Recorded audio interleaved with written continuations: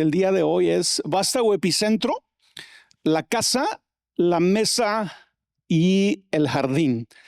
Y vamos a tratar de desarrollar este tema.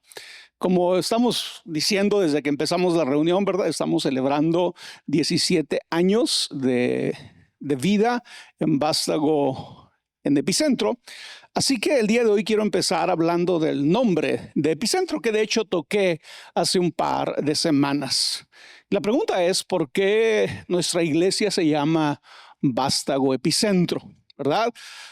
Si tú eres cristiano y tal vez la primera vez que escuchaste, hoy es una iglesia se llama Vástago Epicentro, es como que un poco raro, ¿verdad? Como que no es un nombre tan común. A lo mejor ahorita ya más, ¿verdad? Pero en aquel tiempo era como no tan común el nombre. Y no estoy diciendo que muchas iglesias se llamen Vástago Epicentro, sino que muchas iglesias se llaman así con nombres que a veces no entendemos del todo lo que significan. Y la pregunta es entonces, ¿por qué nuestra iglesia se llama Vástago Epicentro? Y el domingo o hace un par de semanas yo hablaba, ¿verdad?, de este pasaje que encontramos en Isaías que dice lo siguiente. Dice, saldrá una vara del tronco de Isaí y un vástago nacerá de sus raíces. Y yo explicaba este pasaje diciendo lo siguiente, ¿verdad? Que este pasaje es aceptado como una profecía acerca de Jesús. Entonces la palabra vástago que tú y yo vemos ahí se está refiriendo a Jesús. Pero déjame te lo explico.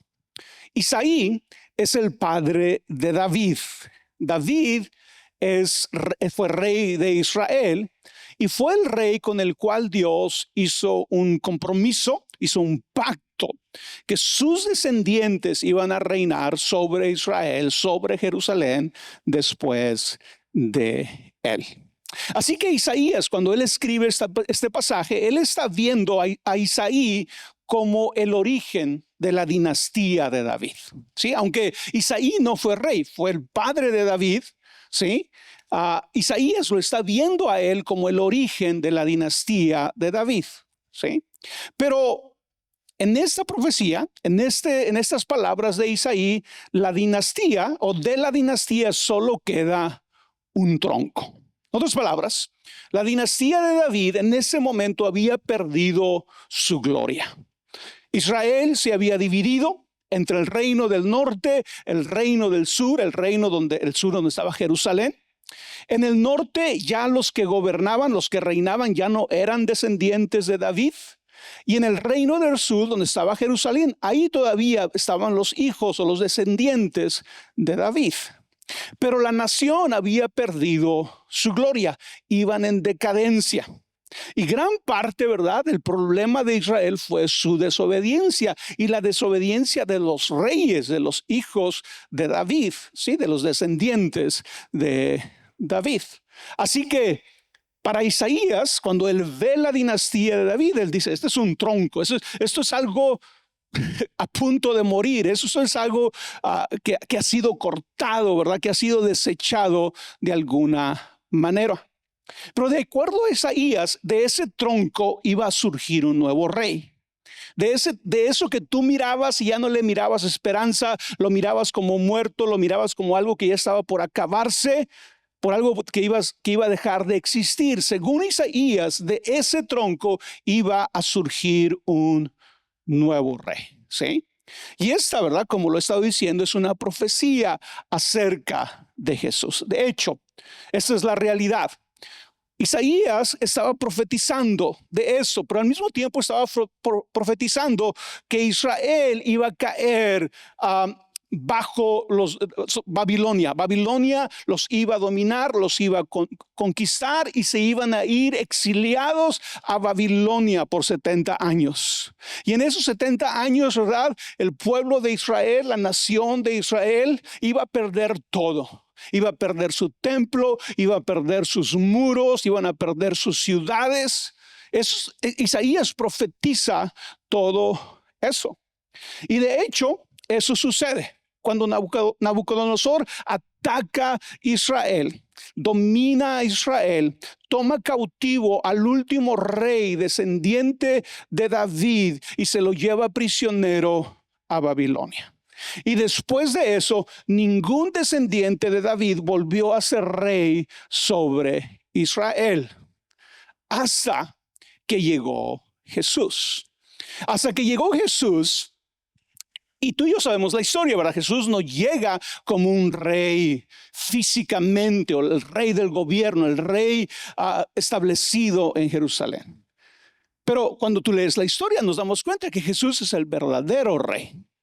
Y una de las primeras cosas que tú empiezas a leer en los evangelios es cómo la gente identifica a Jesús. Y para todos Jesús es ¿quién? Jesús, el hijo de David.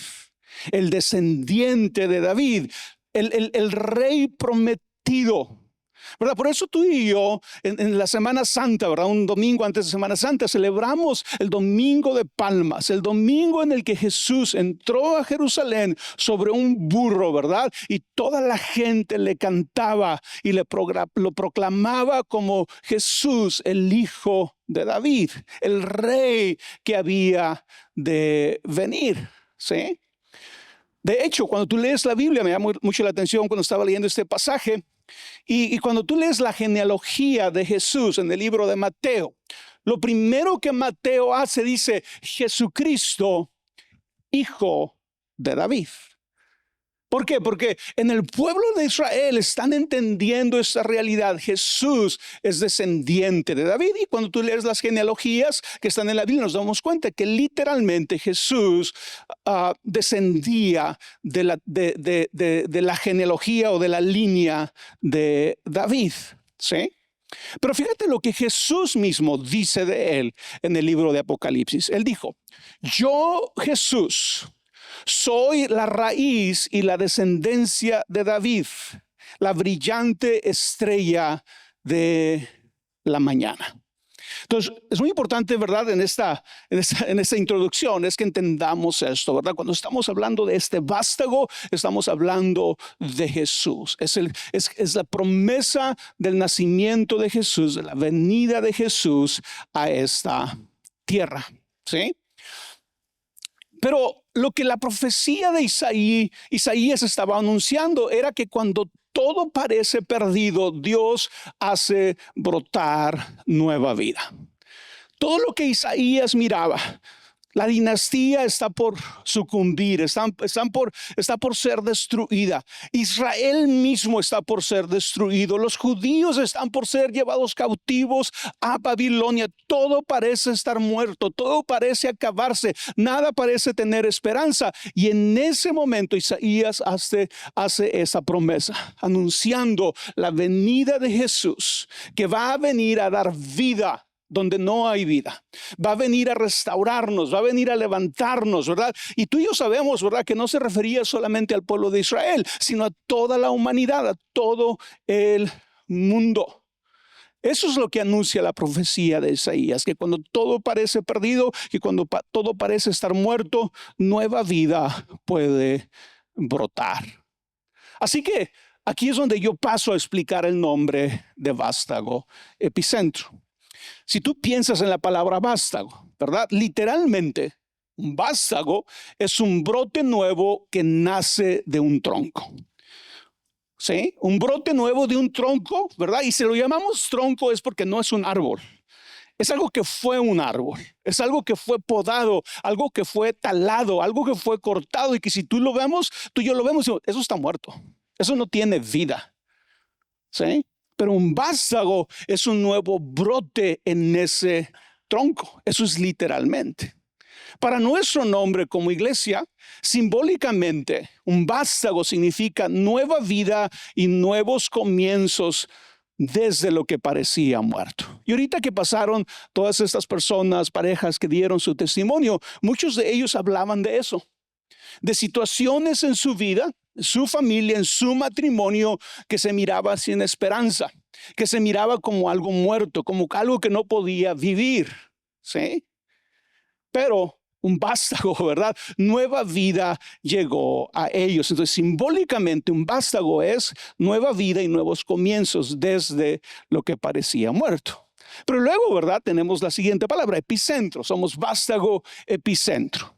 Y literalmente epicentro significa el punto central donde se origina un movimiento, ¿verdad? Cuando hay un terremoto, cuando hay un sismo, y luego nos dicen, ¿verdad? El epicentro fue en tal parte. Nos está diciendo, en ese punto se originó este terremoto, este sismo, ese movimiento, ahí empezó, ¿sí?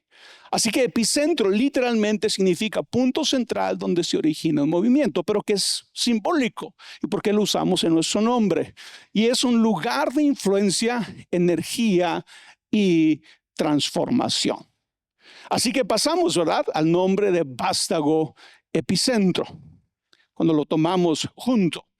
Y eso sería lo que significa el nombre de nuestra iglesia. Vástago epicentro, vida nueva que brota y se expande desde nuestra conexión con Cristo. ¿Sí? Eso es lo que tú y yo estamos diciendo cada vez que decimos que nos llamamos Vástago Epicentro o que nuestra iglesia se llama Vástago Epicentro, que creemos que es posible que nueva vida llegue a nuestras vidas, a nuestras situaciones, donde nos sentimos que no hay vida, que no hay esperanza, que no hay posibilidades de salir. El creer que nueva vida puede llegar a nuestras vidas. Pero no simplemente por suerte, no porque nos tocó la buena, no, porque estamos conectados con Cristo. Es en nuestra conexión con Cristo que nueva vida puede brotar en nosotros. Así que el día de hoy yo quiero hablarte de 3 formas en las que nueva vida brota y se expande en cada uno de nosotros al ser parte de la iglesia, al ser parte en este caso de Vástago Epicentro. Y aquí es donde yo quiero hablar de la casa, ¿sí?, de la mesa, ¿sí?, y vamos a desarrollar este tema, ¿sí? Así que el día de hoy vamos a empezar con la casa. ¿Y por qué le puse la casa? ¿O qué quiero decir cuando digo la casa? Y la casa para mí es eso que estamos haciendo el día de hoy. Que vinimos a este lugar, nos reunimos, nos congregamos y a esto le vamos a llamar la casa. La casa representa nuestras reuniones como congregación. Y en ellas recibimos vida por medio de lo que hacemos en esas reuniones. Tal vez tú y yo no lo pensamos así, ¿verdad? El domingo nos levantamos, venimos a la iglesia y a veces hasta mejor piensas, voy a cumplir, ¿verdad? Con ir a la iglesia, ¿verdad? Tengo este compromiso con Dios o con la iglesia, voy a cumplir, y a lo mejor lo ves así, ¿verdad? Pero el congregarnos, la manera correcta de congregarnos es ver el congregarnos como ese lugar, ese momento, esa situación en la que tú y yo recibimos vida espiritual. ¿Sí? Recibimos vida a través de la adoración que tú y yo cantamos cada domingo, a través de las oraciones que hacemos en este lugar, a través de practicar la generosidad, a través de escuchar la palabra. Todo esto, ¿verdad? Y encontraríamos, ¿verdad? Yo pudiera el día de hoy darles pasaje tras pasaje, versículo tras versículo que apoye esta verdad, pero ustedes lo saben, esto es verdad. Cuando tú y yo nos congregamos, nos reunimos como iglesia y especialmente cuando lo hacemos bien, cuando lo hacemos con la actitud correcta, cuando tenemos la intención correcta, lo que va a suceder es que en estas reuniones vida fluye a nosotros. Vida fluye hacia nosotros. Ahora, la Biblia es clara y la Biblia nos deja saber que cuando tú y yo no lo hacemos con la actitud correcta y con la intención correcta, Pablo llegaría al extremo de decir, sus reuniones hacen más daño que bien. Por eso es importante, ¿verdad?, que entre nosotros de alguna manera nos rindamos cuenta de la manera en que estamos participando de la iglesia. Si lo estamos haciendo de la manera correcta, con la actitud correcta, con la intención correcta. Porque es de esa manera que tú y yo vamos a recibir vida de nuestra casa, del lugar en el que nos congregamos. Dice este pasaje que podemos aplicar a la iglesia. Dice, nos sacias de la abundancia de tu casa. Nos das a beber del río de tus delicias, porque en ti está la fuente de la vida y en tu luz podemos ver la luz. Y yo creo que sería bueno que tú y yo tomáramos ese pasaje, este versículo, y le permitiéramos a este versículo que se volviera la forma en la que tú y yo vemos a la iglesia. No solamente un lugar en el que tienes que cumplir con cierta responsabilidad, especialmente si sirves. No solamente un lugar al que tienes que ir porque si no vas, quién sabe qué te va a hacer Dios. ¿Sí? No, un lugar en el que tú realmente entiendes que te hace bien estar aquí, que te bendice, que te alimenta, que te sacia, que te levanta, que te fortalece, que hace algo en ti cuando lo haces bien, cuando te congregas bien, cuando lo haces con la intención y con la actitud correcta. ¿Sí? Y la razón, ¿verdad? La razón por lo que eso sucede es porque la vida fluye desde la casa de Dios, el lugar donde nos congregamos. En Ezequiel, otro profeta, en el capítulo 47, Ezequiel describe algo muy interesante. El profeta tiene una visión, él está teniendo una visión, y es una visión del templo de Dios en Jerusalén, ¿sí? Y lo que él ve en esa visión es que del centro, del interior del templo de Dios empieza a brotar agua, empieza a brotar un río. Entonces tú puedes imaginarte el templo, ¿verdad? Glorioso, y en medio del templo empieza a surgir un río, empieza a brotar un río. Y es un río que cada vez se va haciendo más grande. Dice Ezequiel que al principio el agua le llegaba solamente a los tobillos, pero a medida que caminaba, ¿sí? El río le llegaba a las rodillas y así iba avanzando, iba creciendo al punto en que ese río solamente se podía cruzar nadándolo, ¿sí? Pero ese río surgía del templo y a donde quiera que el agua llegaba, todo cobraba vida. Los lugares secos, los lugares desiertos se transformaban.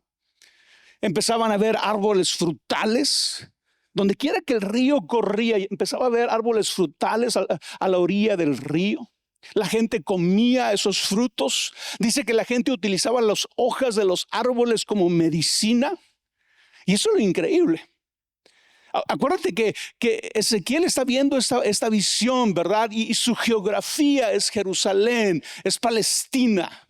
Y el río fluye desde Jerusalén, desde el templo, y llega al Mar Muerto. ¿Sí? ¿Y cuál es la característica del Mar Muerto? Que está muerto. No hay peces, no hay animales. Es tanta la concentración de sal que no hay vida en el Mar Muerto. Bueno, no quiero decir eso exactamente, ¿verdad? Pero la vida normal, peces que vemos en el mar, no hay. Pero dice Ezequiel que cuando el río llega al Mar Muerto, se convierte en un mar lleno de peces y vida abundante. ¿Sí? Y todo esto sucede porque el agua, ¿qué? El agua viene del templo. El agua surgió del templo en Jerusalén, del lugar donde habita la presencia de Dios. Y quiero que tú y yo entendamos esto. Y ese principio no se aplica solamente a Vástago Epicentro, se aplica a la iglesia de Cristo, donde quiera que se congregue en el mundo. Pero es entender que lo que tú y yo hacemos cada domingo que nos congregamos produce vida en nosotros. Hace que brote vida en nuestras vidas, en nuestros matrimonios, en todo lo que tú y yo hacemos.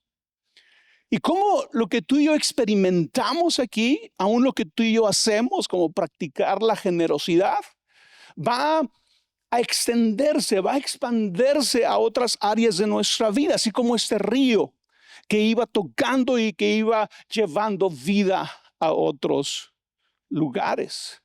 Cuando tú y yo nos congregamos bien, cuando tú y yo lo hacemos de corazón, lo que recibimos aquí No por el hecho de que yo esté predicando, no por el hecho de que alguien esté cantando, no, por el hecho de que somos iglesia, que nos estamos reuniendo en el nombre de Jesús, que nos estamos sentando a la mesa de Jesús. Por el hecho de eso vamos a recibir vida que va a impactar todas las áreas de nuestra vida.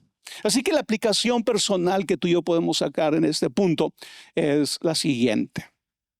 ¿Sí? Y es que de lo que recibimos y damos en nuestras reuniones fluye vida a nuestras propias vidas. Matrimonios, familias, amistades, trabajos y negocios. Por eso Hebreos, ¿verdad? Nos hace este consejo y nos dice, no dejes de congregarte.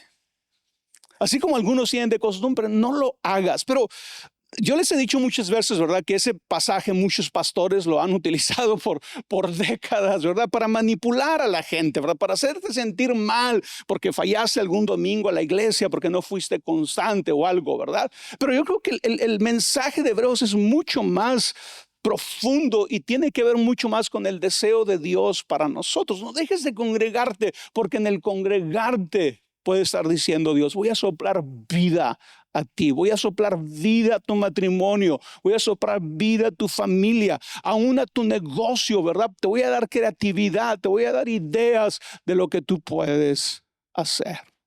Esa sería la casa, ¿sí? Y ahorita estamos en la casa. Estamos participando de la adoración, participaron de la generosidad, estamos participando de escuchar un mensaje. Y es creerlo, es aceptar que todo esto puede traer vida a nosotros. Especialmente si hay áreas en tu vida en las que tú crees que no hay esperanza. En las que tú crees que ya todo se acabó. En los que tú crees que ya todo está muerto. Es creer que Dios puede traer vida a nosotros. Número 2, la mesa. Y la mesa, la casa es reunirnos, congregarnos, participar juntos de la adoración colectiva. La mesa representa nuestras relaciones personales y amistades que surgen y se sostienen en la iglesia. Muchos de ustedes, muchos de nosotros han encontrado muy buenos amigos en la iglesia, ¿sí? Y son esos amigos con los que comparten la mesa. Son esas personas que van a tu casa. Son las personas que tú vas a su casa. Tal vez van juntos de vacaciones, ¿verdad? Pero se conocieron en la iglesia. Tal vez estás empezando esa etapa en tu vida aquí en Epicentro apenas a través de los grupos Conéctate. Bueno, las personas del grupo Conéctate tienen el potencial, ¿verdad? Que se conviertan en esas relaciones personales, en esas amistades con las cuales tú compartes tu vida con ellos.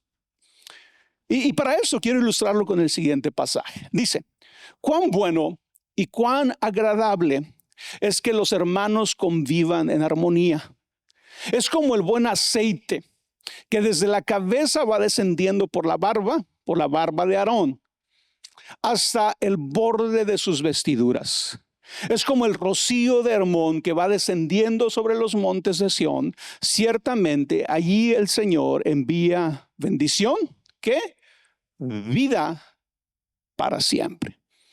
Acuérdate que estoy hablando de 3 formas en cómo la vida de Jesús se manifiesta y se expande en nosotros. Primero en la casa y luego en la mesa, a través de nuestras relaciones personales, a través de nuestras amistades. Y lo leímos este pasaje, ¿verdad? Y lo interesante de este salmo es que pertenece al grupo de cánticos de ascenso. Y puse esta foto para que entendieras por qué se llamaban cánticos de ascenso. Eran himnos, eran canciones que el pueblo, que las personas cantaban cuando subían al templo para las fiestas anuales, como la Pascua, por ejemplo. Entonces tú puedes ver esta foto, que arriba del monte está el templo.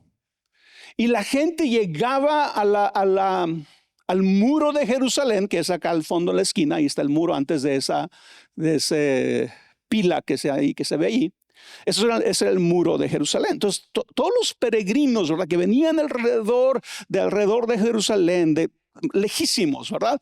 Llegaban a Jerusalén y lo primero que tenían que hacer para poder llegar al templo, tenían que llegar a bañarse, a bautizarse, a lavarse antes de entrar al templo. Se tenían que purificar. Y los cánticos de ascenso era lo que la gente cantaba en su camino al templo, ¿sí?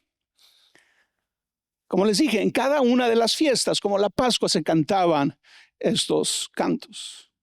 Ahora, pero tú puedes imaginarte lo siguiente. ¿Puedes imaginarte a personas cantando, conviviendo en armonía, camino a Jerusalén? Y una vez que llegaron a Jerusalén, después de purificarse, los puedes ver cantando, alegres, conviviendo en armonía para llegar al templo. ¿Sí? Por eso el pasaje dice de esa manera, ¿verdad? Que cuán bello, cuán hermoso es ver a los hermanos convivir en armonía. Ahora, lo podemos ver de esta manera también. Podemos verlo como amistades y relaciones personales que giraban alrededor de la meta de llegar a Dios. Lo interesante, ¿verdad?, de este pasaje es que no está hablando de la actitud de la gente dentro del templo. Esta frase, ¿verdad? Qué bello, cuán hermoso es ver a los hermanos vivir en armonía. No está hablando de adentro del templo. Es mientras van al templo, mientras cumplen con su meta de acercarse a Dios. Y yo creo que eso es muy significativo para las amistades, para los amigos, para las relaciones personales que tú y yo iniciamos y creamos dentro de la iglesia. ¿Cómo es necesario que haya armonía en esas relaciones? Que la meta y el propósito de que tú encuentres amigos aquí en Epicentro es que haya armonía, ¿verdad? Si tú estás teniendo amigos en Epicentro que están hablando mal de otros contigo, están chismeando contigo, eso no es lo que la Biblia quiere de nosotros. No, quiere que haya armonía entre nosotros y que nuestra amistad gire alrededor de llegar al templo, de llegar a la casa de Dios.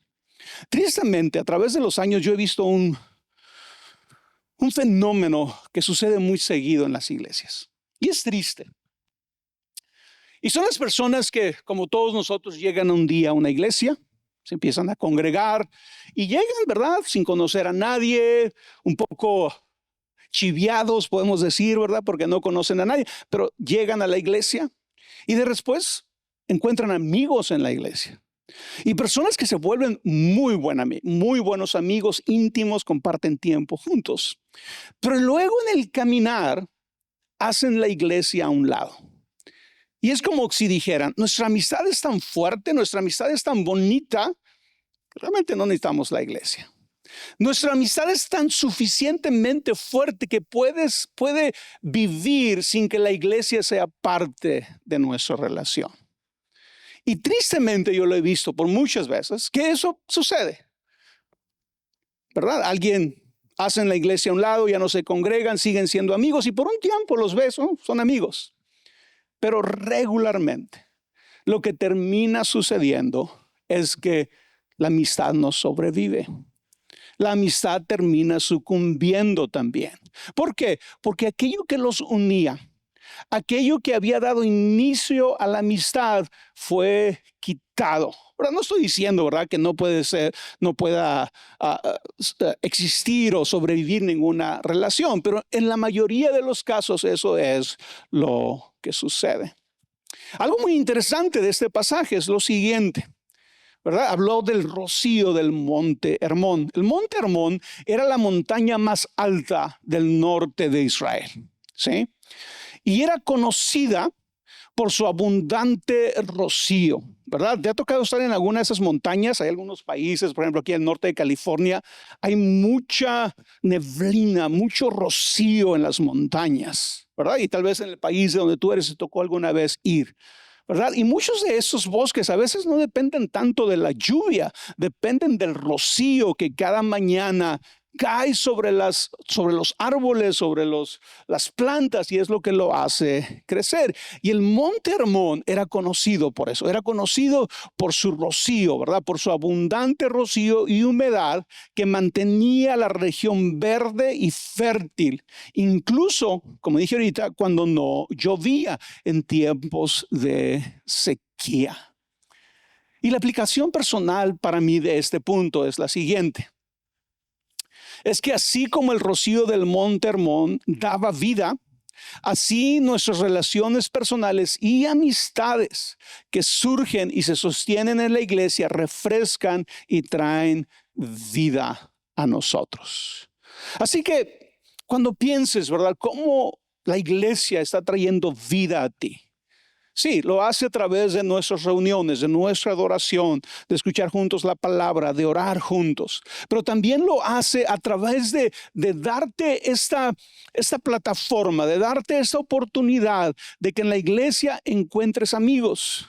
Amigos bien intencionados, amigos que al igual que tú, su mayor meta en la vida es agradar a Dios.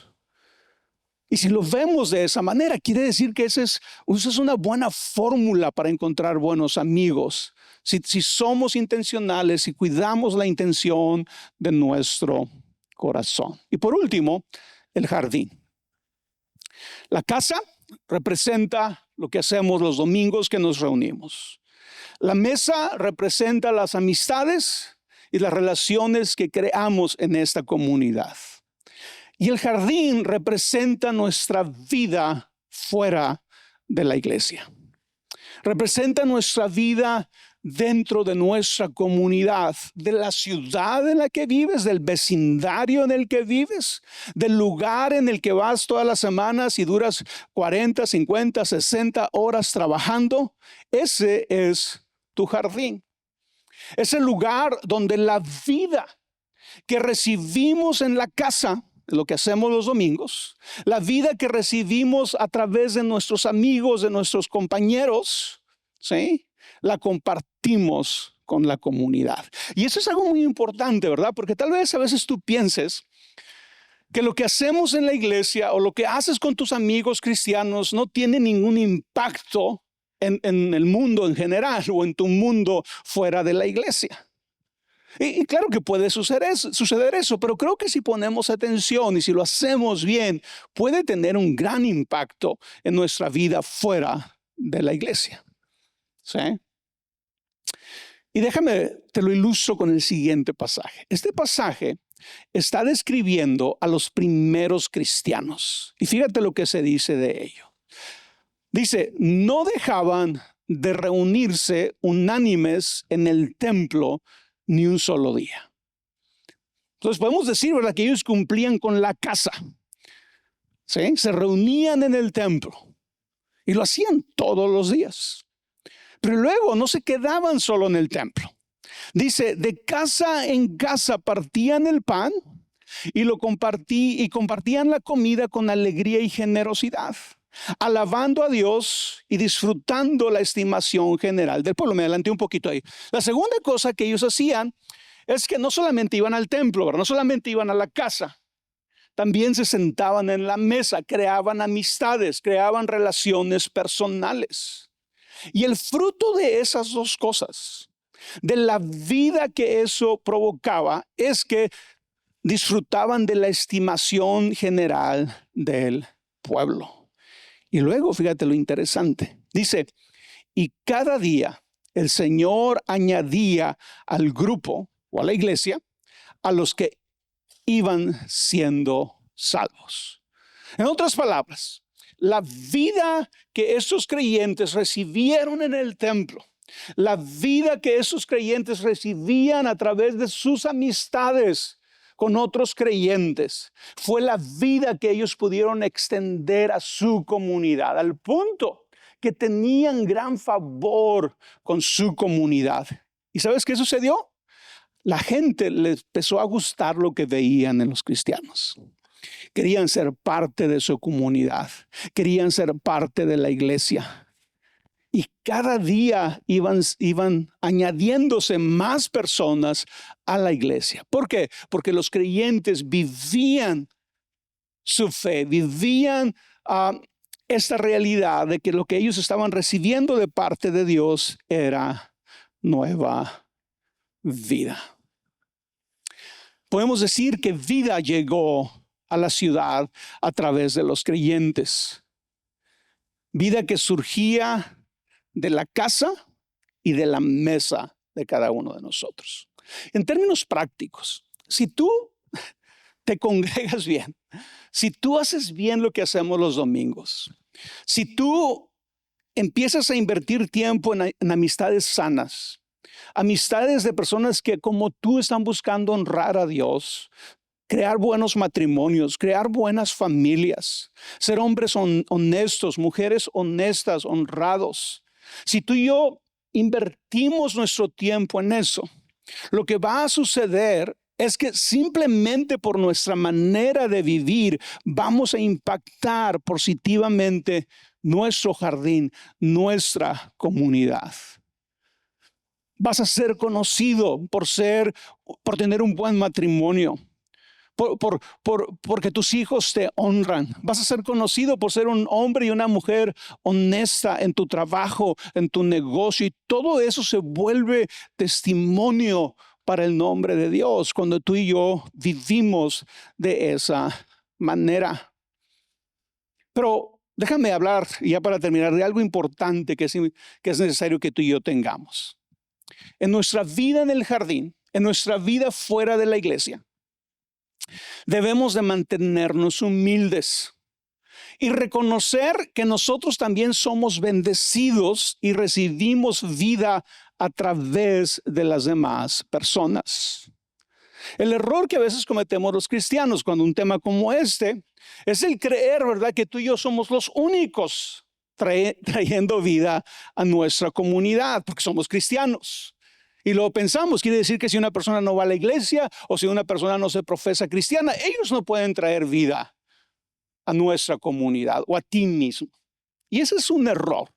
Ese es un error que tú y yo debemos de bajarle 2 rayitas y entender que Dios puede traer vida a nosotros a través de otras personas y lo hace constantemente, ¿sí?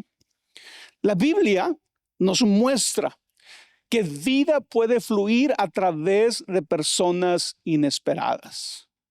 La vida de Dios no está limitada por 4 paredes y la vida de Dios no está limitada por un título, cristiano o no cristiano.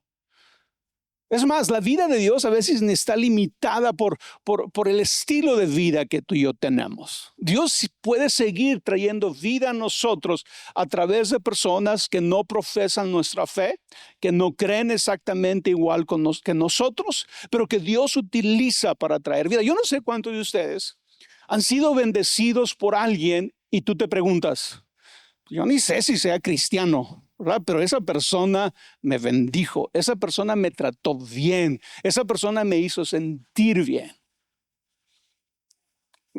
Yo ya lo he hablado muchas veces, ¿verdad? Pero lo he comentado otras veces cuando estuve en el hospital algunos días después de que yo salgo del hospital. Obviamente para mí fueron 3 días difíciles, pero con personas que yo he comentado, le digo, yo siempre tenía esta idea, ¿verdad? Siempre como el servicio médico, los doctores, los enfermeros, como que tienen una mala reputación, ¿verdad? En ocasiones, ¿verdad? Y yo les decía a la gente, yo puedo decirte que toda mi experiencia que tuve en el hospital, que tuve con los enfermeros, que tuve con los doctores, toda fue una experiencia positiva. Todos me trataron bien, todos me trataron con respeto, todos se mostraron atentos a mí. Todos se miraban genuinamente interesados en que yo estuviera bien. Y créeme que cuando estás pasando por una crisis, el ver personas que te rodean y que están tratando de traer vida a ti, sin preguntarte si eres cristiano, sin preguntarte si tienes la misma fe que ellos o tú preguntándole a ellos, es entender que la vida de Dios puede alcanzarnos a través de diferentes personas, de personas inesperadas. Y la Biblia nos da ejemplo de estos. ¿sí? Jesús nos contó la historia de un samaritano, ¿se acuerdan? Un samaritano menospreciado, que no tenía la religión correcta, que no tenía los principios correctos, pudiéramos decir, la vida correcta, no tenía la familia correcta, pero es el único que se detiene a ayudar a un hombre herido. Aquellos que tenían el título de sacerdote, de músico de la iglesia, ¿verdad? Todos ellos no se pararon. El que se paró fue un samaritano y literalmente le salvó la vida, le dio vida. Así que seamos humildes. Hay muchas personas que están en nuestra comunidad y que te van a bendecir, van a traer vida a ti, y sería bueno que tú fueras un buen receptor y seas agradecido. Y en ocasiones, ¿verdad? Yo diría la gran mayoría de las ocasiones, les dejes saber que te hacen sentir bien, que estás agradecido por su trabajo, por su servicio, aún cuando son cosas tan simples, ¿verdad? Tan sencillas como tal vez ir a un restaurante y que la persona que te atendió lo hizo con gusto, lo hizo con cuidado, estuvo pendiente de ti. Es como agradecer por el servicio de ellos. También leemos en los evangelios la historia de este centurión romano, este jefe de soldados, de 100 soldados romanos, que no era parte del pueblo de Israel, pero que la gente dice que él quería tanto al pueblo que le había construido una sinagoga. Son personas que, aunque no comparten la fe, bendicen la comunidad. Y la aplicación personal en este último punto es el siguiente. ¿Sí? El jardín es el lugar donde la vida de Dios alcanza a otros a través de nosotros. Y nos alcanza a nosotros a través de otros. No andemos por la vida pensando, yo soy el único, ¿verdad?, que puedo traer vida aquí. No, tú lo vas a hacer. Pero también ten la humildad para reconocer que hay muchas personas a tu alrededor que están trayendo vida también y que están trayendo vida a tu vida. Tal vez tú has estado en una compañía, tal vez tú has trabajado para alguien que cuando tú piensas en esa persona, tú dices, ¿sabes qué? Esta persona ha traído vida a mí. No sé exactamente lo que cree, no sé exactamente lo que piensa, pero ha sido honesto, ha sido íntegro, se ha preocupado por mí, me ha ayudado, me ha dado oportunidades. Son las cosas que tenemos que ver. Así que recordemos los 3 puntos del día de hoy. Cómo brota y cómo se expande la vida, nuestra vida, la vida que recibimos de Dios. Y es en la casa, Dios te da vida con su presencia. En la mesa, fortaleces tu vida a través de relaciones personales y amistades. Y en el jardín, la vida de Dios se multiplica a través de ti. Estas primeras hora y media, 2 horas, el tiempo que hemos tenido el día de hoy aquí, fue la casa. Ahorita vamos a convivir, vamos a tener tiempo para la mesa, ¿sí? Y no te vayas, participa de la mesa. Y el resto de la semana es el jardín, donde tienes la oportunidad de poner en práctica lo que aquí aprendes, donde tienes la oportunidad de ser una persona amorosa, una persona compasiva, una persona paciente, una persona que extiende gracia a los demás, porque eso es lo que has recibido aquí en la casa. El día que tú vengas a la iglesia y yo te condene, o la persona que esté aquí te condene, te acuse de 1000 cosas, te juzgue, te haga sentir mal por quien tú eres, bueno, a lo mejor esa es la licencia para que tú vayas y hagas eso afuera. Pero mientras no suceda, y mientras yo esté aquí no va a suceder, eso no es lo que vas a recibir aquí en Epicentro. Y si has estado por 1 año, por 2 años, por 5 o por 1 mes, te das cuenta que lo que hablamos en Epicentro es lo que creemos que nace del amor de Dios, de la gracia, de la compasión y de la misericordia de Dios. Y somos lo que tú y yo somos, no solamente invitados, ordenados a hacer, que tú y yo demos lo que de gracia hemos recibido. Que esa sea nuestra actitud allá afuera.